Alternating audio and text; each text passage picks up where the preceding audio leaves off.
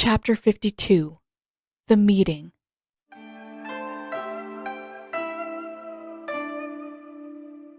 Life at the bottom of an inescapable ice pit sucked. There was nothing to do, nothing to see, and barely even any exposure to the sunlight. But then, in Zuko's experience, a lot of things sucked. And once Katara had brought the sleeping bag to him, it sucked just a tiny bit less. There was still nothing to do, but at least he could keep himself warm without taxing his bending any farther. He'd even gotten a bit of sleep once the shadows had filled the bottom of the pit again. This was better than crawling through Zhao's ventilation shafts, or crouching inside a crate of discarded feed bags. Which, by Zuko's standards, meant that the pit was now only slightly less pleasant than average. But this exact moment was bad enough to plunge the whole experience right back down to the worst of the worst. "Holy frozen balls, Katara!" the Water Tribe idiot said, his voice higher and screechier than it had any right to be. "That's Zuko in that hole! As in, Zuko!" He made a broad, exaggerated, and probably rude gesture. "Hey!" Katara grabbed her brother by the ear. "The rule was that you weren't allowed to freak out. What do you call this?" He squawked and wriggled free from her grasp, then clapped his hands over his own ears. "I call it justified!" "My sleeping bag over your head, I swear! If you don't calm—" The monk skidded in from the side, nearly crashing into the other two. "Hi, Zuko! It's been a really long time since I saw you. It's okay. Katara told us everything." "She did? What?" Zuko began. "Clearly not!" the idiot shouted. "How? When?" The monk interrupted next. "Why are you in a hole, Zuko?" "Would you all please shut up for a second?" Katara shouted over all of them. The others didn't seem inclined to listen, but she didn't wait long enough to give them a chance to speak again. "Step back, Zuko. We're coming down there." "Wait," he started. "You're what?" He didn't get any farther than that. Apparently, Katara was ignoring him as well. She made a quick, swooping motion with her arms, and much like last night, the ice dropped away beneath her and the two boys. While the monk practically floated to the bottom of the pit and Katara landed solidly on her feet, her idiot brother wound up flat on his back, staring at the sky and groaning. "Ow! A little warning would have been nice, Katara," he whined. "I did warn you, Sokka." She crossed her arms tight across her chest and fixed Zuko with a glare. He stared right back at her. What? What had he done to deserve that glare? "I don't want to be stuck in a hole with Zuko," the idiot said as he pushed himself up to a seated position. "Do you think I want you down here?" Zuko snapped. Katara was one thing. He knew where he stood with her. They would argue and butt heads, but there were boundaries that neither of them would cross, and in the end, they would usually listen to one another. Usually. Often enough that he didn't have to keep his guard all the way up, at least. What was he supposed to do with 3 of them? It felt like they were ganging up on him. "Well, then maybe you should have thought of that before you started shouting loud enough for the whole city to hear." Katara bumped her brother's shoulder with the side of her knee. "This is where I went last night. I saw someone snooping around on our way back from Yugota's, and when I figured out that it was Zuko, I brought him out here so nobody would get into trouble. And I was just about to find out why he's here when you invited yourself to come along with me. Happy now?" The Water Tribe idiot pulled a face. "Why would I be?" With a great deal of exaggerated groaning, he pushed himself to his feet. "What about the middle of the day? Don't tell me that you were hanging around here again." She glared. "I haven't been hanging around anywhere. I brought a sleeping bag out here so that I wouldn't have to try and interrogate a frozen firebender later on." There was a pause. Then, "Are you done now?" Nope. The idiot took a small step towards Zuko, squinting in the growing dark. What the hell happened to his hair? Zuko clapped his hands over his head. What's wrong with you two? Why are you so obsessed with my hair? The idiot scoffed. When have I ever been obsessed with your hair? Crescent Island, Zuko snapped. That was one time. It doesn't count. Zuko turned his glare on Katara. I said both of you. She threw her arms out. What? Was I supposed to not say anything when you looked like a fuzzy gray egg with a tail? I'm not an egg, Zuko bellowed. For an instant, they all went silent. Then the Water Tribe idiot smirked, then snorted, then broke into cackles so loud, so forceful that he had to lean on the monk's shoulder to keep from toppling. I think your hair looks good like this, Zuko, the monk said in what he probably thought was a helpful tone. It's a little different, but I bet it's warm. That must be nice. Zuko blinked. He hadn't gotten enough sleep for this. He wasn't sure that there could be enough sleep to make this feel like anything more than some bizarre hallucination. Shaking his head, he turned toward Katara. Is there a reason why you brought these two clowns with you? Or are you just trying to see how irritated I can possibly get? She looked almost equally cross. I tried to come on my own. Sokka insisted on following me.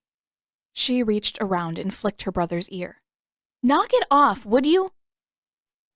Hey! Sokka clapped a hand over his ear. Why don't you knock it off? But he did straighten and clear his throat. Adopting a more solemn expression, he turned toward Zuko. I've decided that I don't have to kill you. Sokka! Katara groaned, dropping her head into her hands. Why would you have to kill me? When did you decide? Sokka made a lot of stupid assumptions. Perfectly reasonable assumptions, Sokka interrupted. About what happened on your ship, Katara finished, completely ignoring the interjection. And he decided that he had to kill someone, even though he was wrong about what happened, and I told him that many times. Yeah, well, I didn't have any reason not to think that I was right. So there. We worked it out in the end, the monk said. It's okay, Zuko. Nobody was ever going to hurt you for real. Speak for yourself, Aang. I meant everything I said. What was I supposed to have done? Zuko asked. He felt as though his head was going to spin off of his shoulders. What could be bad enough to warrant killing him? It couldn't have just been the fact that he'd taken Katara prisoner. He'd done that, and they all knew it. Apparently, even Sokka didn't think that it was enough to justify murder. My sister, being held prisoner on a ship full of slimy Fire Nation guys. Connect the dots. Zuko just stared blankly for a beat. And another. And another. Was this supposed to be obvious, or... All at once, realization struck and Zuko's eyes bulged. No! He exclaimed, face flaming. No, never! I wouldn't. I was trying to regain my honor by bringing her back to the Fire Nation. That's the least honorable thing I can think of. Why would I ever? He gestured aimlessly at the open air. No one was even allowed to open her door, much less... The moon was beginning to rise, which made it much easier to see when Sokka raised a single eyebrow at him. I can't tell if it's a good thing or a bad thing that it took you that long to figure out what I meant. Zuko started to respond. Of course it was a good thing. He'd have to be a monster to even think of taking advantage of Katara, of anyone. But before he managed to form a single word, the monk spoke up. I'm still not sure what you guys are talking about. Sokka patted his shoulder. You know what, Aang? That's probably fine. For a few seconds, all Zuko could do was stare at the three of them. Katara, at least, looked a bit exasperated, rubbing her forehead with her eyes cast down. Sokka and Aang, on the other hand, didn't seem the least bit ruffled anymore. It was like this was normal to them. With a sigh, Zuko pinched the bridge of his nose. You're all insane. Hey! Katara stepped forward and jabbed a finger into his chest. We're insane? Because the last time I checked, we're not the ones who decided that it was a good idea to break into an enemy city by swimming through freezing water in clothes that definitely aren't warm enough for the poles. Yeah, what are you even wearing? Sokka wrinkled his nose. It looks like that stuff would barely even hold up against a rainstorm. It would hold up against a rainstorm, Zuko snapped. That's what it's meant for. Rain gear was the best I could find in Zhao's storage rooms. It's not like we deal with a lot of snow in the Fire Nation. They didn't need to know that he was wearing 3 other layers of clothing beneath that. He certainly wasn't going to announce that his bending was the only reason he'd been able to keep himself warm on the journey here, even with his multiple layers of clothing.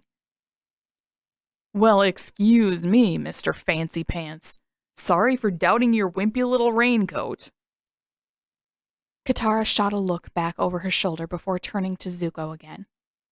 That's why I keep asking what you're doing here.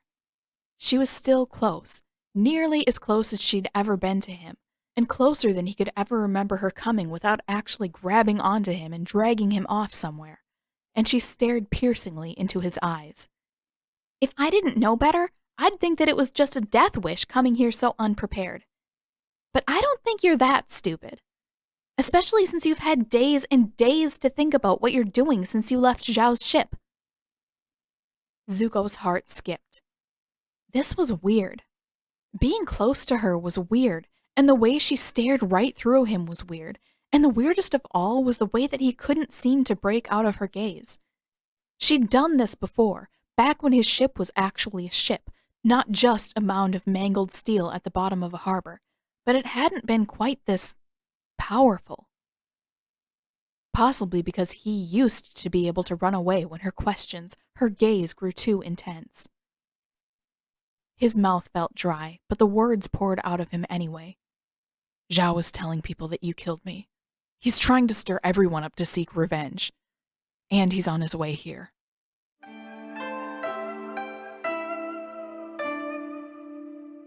Katara's fingertips were numb. If she didn't know any better, she might have almost thought that it was the cold. Zuko did still have her mittens, after all. She should probably take them back. It wasn't like he could really wear her mittens for any length of time. It wasn't like he needed them now that he could use Sokka's sleeping bag to keep warm. But it wasn't that cold. Certainly not cold enough to make her fingertips go numb just because Zuko had her mittens. It had to be shock instead. Which was a little silly now that she thought about it. If she'd made any effort at all to prepare herself for what Zuko was going to say, maybe she could have been prepared for that. Maybe it wouldn't have surprised her to discover that she was being blamed for the explosion. Or maybe she was just kidding herself. It was insane to think that anyone would have blamed her for that. Where the hell would this Zhao guy have gotten the idea that Katara killed you? Sokka demanded. He didn't get it anywhere, Zuko said. His tone was still a bit abrupt, but he looked less irritated than Katara was used to. Zhao made it up. He lied. How do you know that? Oh, I don't know. The fact that Zhao blew up my ship seems like a pretty clear giveaway to me. There's no need to be a smartass, you ponytailed jerk. There is when you start asking stupid questions, Zuko snapped back at Sokka. But then he turned toward Katara and softened wasn't quite the right word for it. His expression grew a little less harsh, though, and his brow furrowed. Katara. It was still weird to hear him say her name. Not bad, just weird. Katara shook herself. Yeah, I'm listening. Why would he try to pin that on me? He knows I was on the ship with you when it blew up. I'm not sure, Zuko said. He wouldn't look at her, and he seemed to be searching for words. It was like he'd planned what he was going to say and then forgotten it midway through. All I really know is what I heard him tell my uncle. Zhao told the general that I killed you? Well, he was definitely hinting at it. Zhao said that since you were the only other person on the ship at the time, you might have done something to cause the explosion. I'm pretty sure he was just fishing to see how far he could push Uncle, but there are a lot crazier things he could have tried to get away with. And your uncle believed that? Zuko narrowed his eyes, the shell of awkwardness dropping away to make way for sarcasm. Yes, absolutely. My uncle, who had been keeping me hidden for several weeks, was completely convinced that I'd been dead the whole time. Katara scowled right back at him. Does it take practice to be that much of a pain? Well, how stupid do you think we are? She huffed. When had he become this wry, this direct? She was used to him being oddly stiff and fumbling, not having an actual personality. Or not showing his personality, at least. This was weird. How was she supposed to deal with Zuko when he acted like a real person? That's not what I meant, she said. I was asking if your uncle believed that I had something to do with the explosion. Zuko shook his head. Uncle said that you were the one who pointed out where I was afterward. I think he'd give up tea before he listened to anything like that. He paused, and his single eyebrow lowered. Not that that's going to stop Zhao. He doesn't need to convince Uncle as long as Uncle doesn't contradict him. And nobody could blame Zhao for the explosion without being killed. Even the general. Katara sighed, rubbing her forehead with the heel of her hand. So, what? What am I supposed to do? If Zhao really thinks that you're dead, then he can't possibly know that I survived. What could he gain by accusing a dead girl? She paused, frowning. Unless he just wants to cover up what he did. Zuko scoffed. Like anyone actually cares if I'm dead. She felt her eyes widen, but he went on like nothing had happened. Zhao has orders to conquer the North Pole. I think it has something to do with that. There's really no reason for the Fire Nation to bother with the Northern Tribe, but if he can make people believe that someone from the Water Tribes killed me, then they might think it's justified. I mean, if they think that you killed me, then imagine what the Water Tribe could do with an army and weapons. That's absolutely insane, Sokka said. You don't think I'm telling the truth? Zuko retorted. No, I didn't say that. I believe it, but it's still insane. Sokka stepped forward far enough that Katara could see him from the corner of her eye as he crossed his arms. We're not even Northern Tribe. Well, except for the bit we got from Gran Gran. But still, it's insane to attack the North Pole over something Katara supposedly did. Of course it's insane. It's Admiral Zhao. Well, couldn't you have just told people that you weren't dead? That would have solved a lot of problems. Zuko threw his arms out to the sides. And what? Sit around and drink tea while I waited for Zhao to try killing me again? Somehow, I don't think that the man who blew up my ship and tried to kill Katara along with me was going to be happy to find out that I'd survived. Ugh, fine. Maybe you have a point. So, what do we do? Katara asked. If Zhao is already on his way here, then we don't have a lot of time. Well, it's just the one ship, right? Sokka said. That can be manageable. I mean, Zhao's ship is probably huge, but Katara's wrecked a ship before. What's a slightly bigger boat when we've got 2 avatars to take it on? Zuko shook his head. He's waiting at Kokyo Island until reinforcements come through. Or he was. For all I know, the fleet could already be there. Sokka scowled. You're just full of helpful tidbits, aren't you? What do you want me to say? Should I be lying instead? Well, no, but... Sokka leaned a bit to the side, peering around Zuko. Hold up. Is that my sleeping bag? Katara, why does Prince Firefists have my sleeping bag? Her face grew hot. Because you weren't using it and my sleeping bag was too small. That's not a very good excuse for taking my stuff without asking. I didn't exactly have a lot of time, Sokka. Take the stupid thing back if it's that big a problem, Zuko snapped. I'll be fine without it. Sokka scoffed. No, you won't. You're not gonna last out here more than a few days in that Fire Nation raincoat. I would just appreciate it if someone said please for once. He crossed his arms and stared expectantly at Katara. She scowled back at him. Shouldn't we tell someone about Admiral Zhao? Aang asked before they could devolve into bickering. We aren't exactly going to be able to stop a whole fleet without help. Exactly, Katara said, latching onto the change of subject. The problem is that I don't know who we can really trust with this. And what do we say when we figure out who to approach first? Han, Sokka said loudly. She whipped back around and poked him hard in the shoulder. We are not telling Han anything. Not now, not ever. What?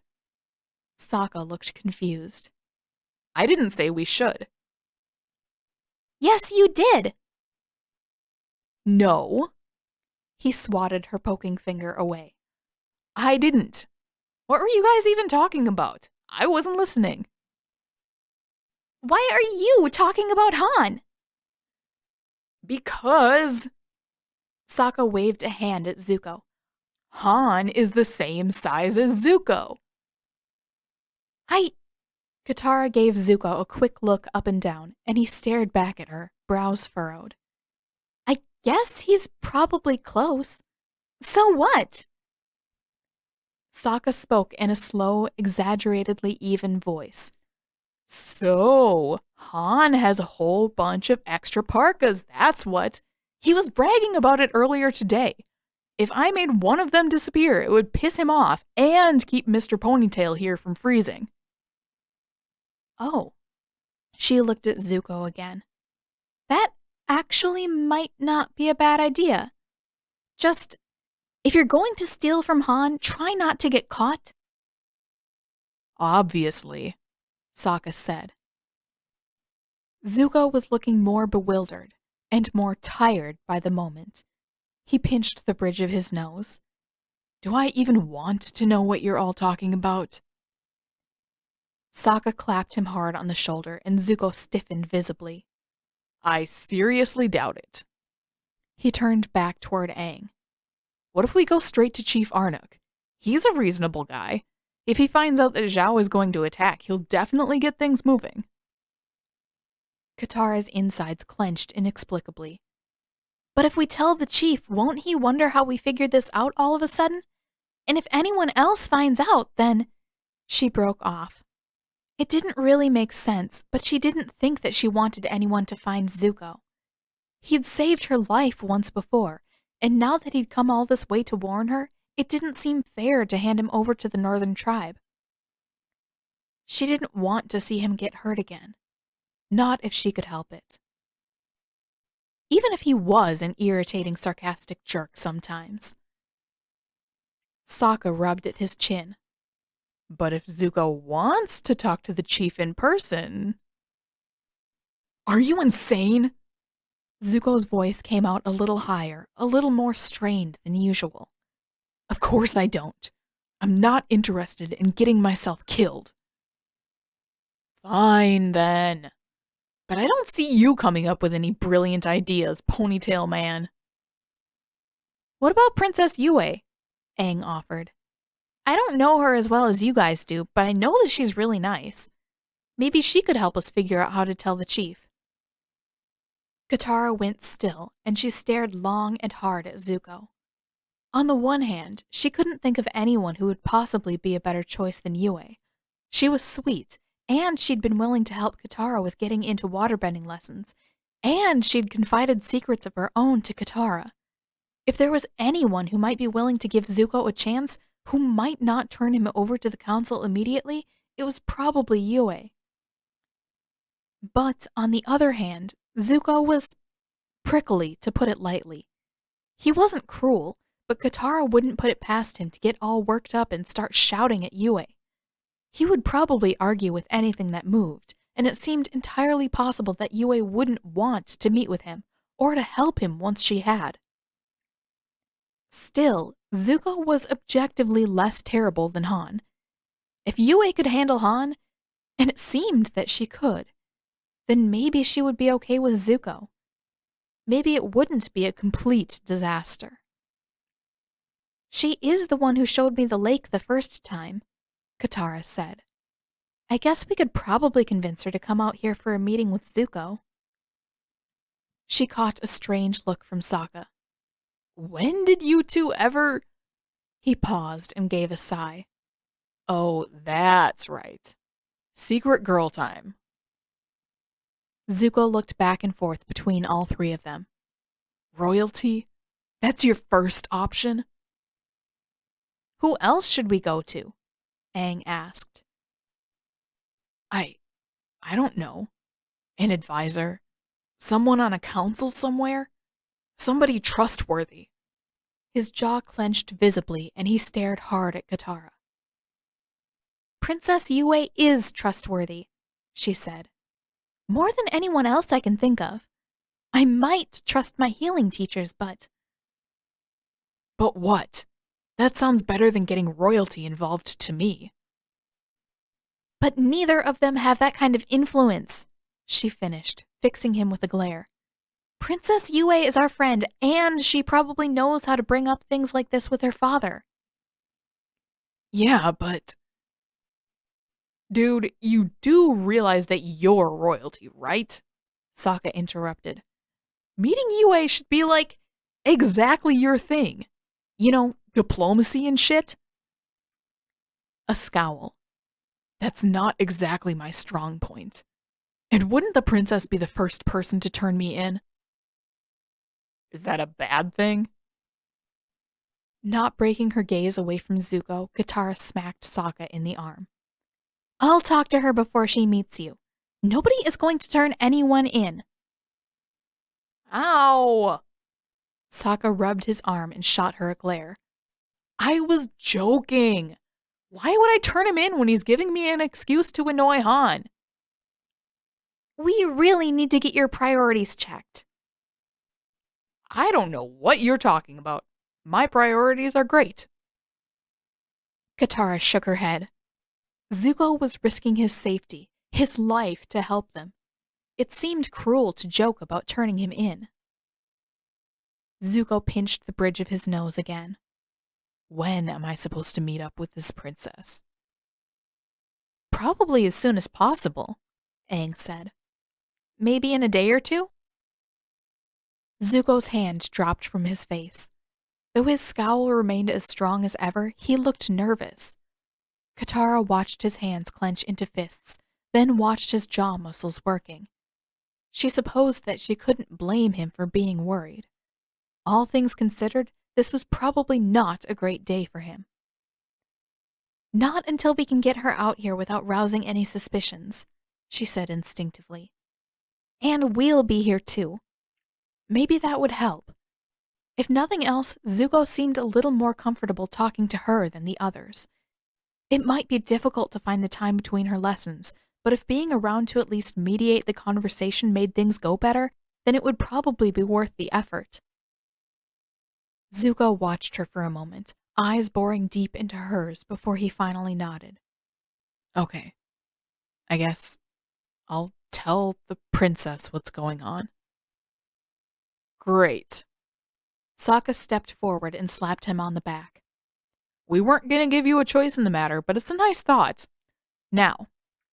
He put his hands on his hips and turned on the spot, staring up at the moonlit rim of the icy pit.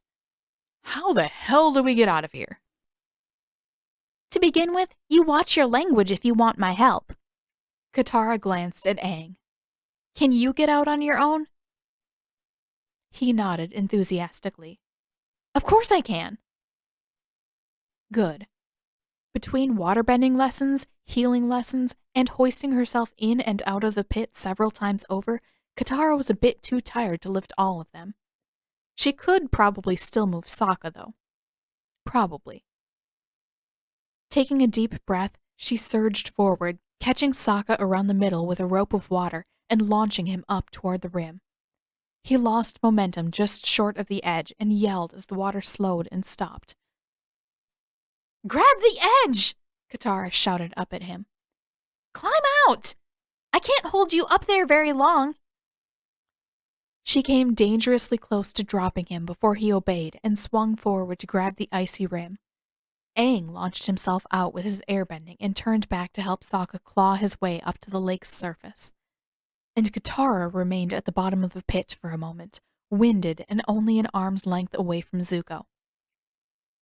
Hey! Sokka flopped over onto his belly and let his head dangle over the edge. Are you staying down there? No, she called back. Of course not. Would you just give me a second? Why? Sokka glanced suspiciously at Zuko. Are you two? Sokka, you're really heavy. Let me get the feeling back in my arms before I try to do any more waterbending. Oh, come on. I'm not that. Just go. Both of you. I'll be right behind you. She stretched her arms across her chest one at a time, then rubbed her own shoulders. Ow. If she was going to keep moving people around like that, she'd have to find a more efficient way of doing it. Otherwise, she was going to get stranded down here with Zuko someday. Aang bent down to tug on Sokka's hood. Let's go, Sokka. We didn't have any supper yet, and I can hear your stomach rumbling. Sokka grumbled a bit, but after a minute or two, the appeal to his stomach got the better of him. He clambered to his feet and shot one last look into the pit. If she's not back to the house in a few minutes, I'm gonna come back out here and clobber you with my boomerang, understand? I'm giving you a chance, but don't get things twisted. I still don't trust you. Then he finally turned and marched away after Aang. When they were finally gone and the air went quiet again, Katara released a long, slow breath. She didn't have to turn to know that Zuko was still close by her side, standing still and staring up at the sky. She could feel his presence. After a pause, he sighed too. Well, that was a lot. She snuck a sideways look at him. You know, if you'd bothered to plan ahead, you probably would have realized that this was coming sooner or later. He scowled, keeping his eyes fixed on the edge of the pit. Sorry I couldn't give you any warning, she said quietly, half hoping that he wouldn't hear her. Another sigh, but this time she felt his gaze land on her for just a second. I think I was expecting worse. You know, for the 2 seconds between when I first heard them and when your brother lost his mind. He paused. Was he really planning to kill me? Katara shrugged. Probably at one point. He seemed pretty serious about it for a while. She caught a sharp glare from Zuko.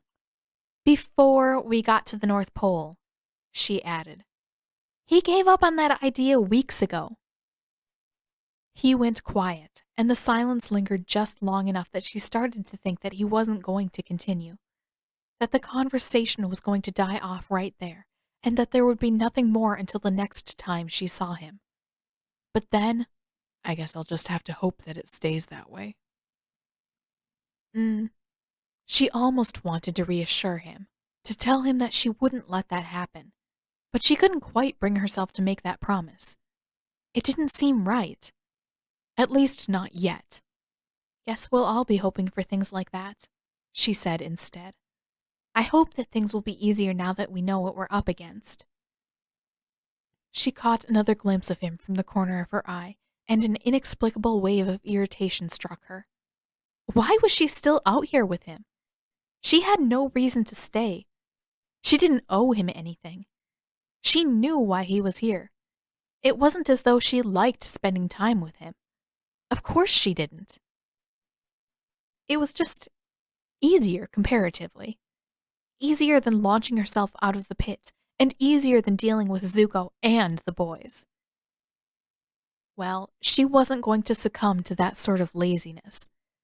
Though her arms were still tired, Katara took a step to the side and summoned a swell of water to lift herself out of the pit. She fell a tiny bit short of the edge and had to make a frantic grab for the ice at the top and scramble clumsily onto the flat surface of the lake. Breathing hard, she flopped onto her back. "Are you okay?" Zuko asked doubtfully. "Fine," she answered, staring up at the starry sky. A little grumpy and tired if she were honest, but fine. After a deep breath, she sat, staring down into the dark of the pit. "I'll see you tomorrow, Zuko."